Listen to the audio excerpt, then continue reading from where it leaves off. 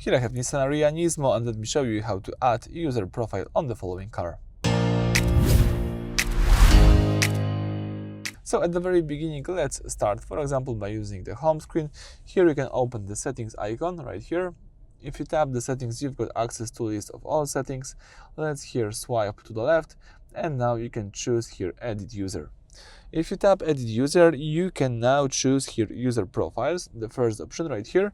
As you can see, right now I'm using the guest, so I can just tap here to change anything connected with this guest profile, but I can also go back and tap here this add button.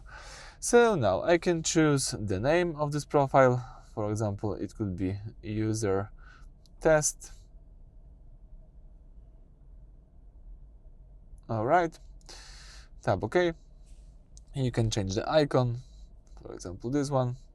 You can select the intelligent key number. In my case it's detected as the second key, and tap save here. Yeah, so that's it. As you can see, the user profile is saved. To modify a profile, you need to of course tap it here, and you can modify it if you would like to. Let's go back. So that's it for this video. Thank you for watching. Please subscribe to our channel and leave thumbs up.